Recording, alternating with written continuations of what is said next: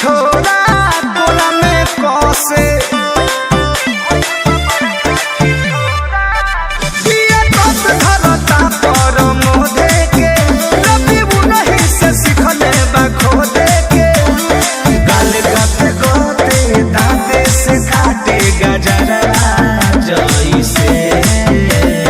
राजा फुफु करता दवरवा जगरवा